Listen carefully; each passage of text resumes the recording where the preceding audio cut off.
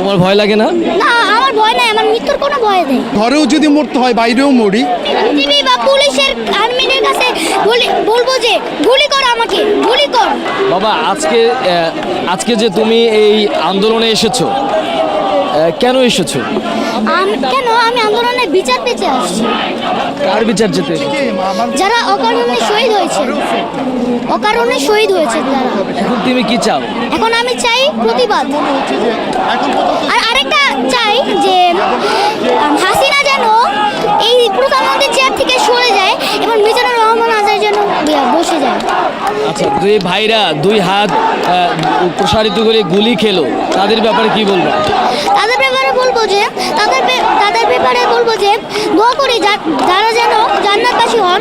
কারণ সে যে অকারণে মানে বলেছে, সে কিন্তু একটা মিথ্যা কথা বলেছিল। প্রথমে বলেছিল যে রাজাকারের বাচ্চারা কোটা পাবে না, মুক্তিযোদ্ধারা পাবে। আর আবার পরে বলছে যে আমি কি তাদেরকে রাজাকার বলেছি? তারা নিজেই রাজাকার বলছে। তাহলে সে কেন বলল মিথ্যা কথাটা? তুমি কি তোমার ভাইদের মতো বুক প্রসারিত করে দেবে? আমি অবশ্যই করতে চাই। আমি অবশ্যই করব। চাইলে আমি জীবনও দিতে রাজি আছি। জীবনও দিতে রাজি আছো? তাহলে আজকের এই আন্দোলনে কাকে নিয়ে এসেছো? আমার বাবাকে নিয়ে এসেছি। বাবার সাথে এসেছো? বাবা তোমাকে এখানে নিয়ে এসেছে? হ্যাঁ। তোমার ভয় লাগে না? না, আমার ভয় নাই, আমার মৃত্যুর কোনো ভয় নেই। কেন ভয় নাই? কারণ যে ভাইয়েরা আমাদের ভবিষ্যৎ চিনে, মানে ইয়া করে যে শহীদ হয়েছেন, তাদের জন্য আমরাও জীবন দিতে পারি না। দর্শক, আপনারা দেখছিলেন যে আসলে এই আন্দোলনটি আসলে কোন পর্যায়ে গিয়ে পৌঁছেছে, সেটি এরকম একটি ছোট বাচ্চার কথাই আসলে কিন্তু বোঝা যাচ্ছে যে এখন এই আন্দোলনটি আসলে যেমন শিশু থেকে বৃদ্ধ আসলে সব পর্যায়ে কিন্তু এই আন্দোলনটা আসলে ছড়িয়ে পড়েছে। আমরা একটু এই যে শিশুটিকে এই আন্দোলনে নিয়ে এসেছেন তারই পিতা, আমরা একটু তার পিতার মুখ থেকেই শুনবো যে আসলে তার সন্তানকে নিয়ে এই আন্দোলনে যোগ দেওয়ার কারণটা কি।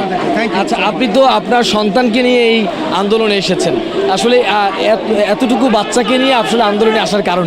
আচ্ছা, মূলত এর কারণটা হচ্ছে আমরা তো ঘরেও সেফ না, সুতরাং ঘরেও যদি মরতে হয় বাইরেও মরি, সেই চিন্তা থেকে। আর আরেকটা ব্যাপার হচ্ছে, আমার ছেলে যখন রংপুরে আবু সাইদ শহীদ হন, তখন ওই ভিডিওটা দেখে সারা রাত কান্না করেছে আর বসে এই ছেলেটাকে কেন মারছে।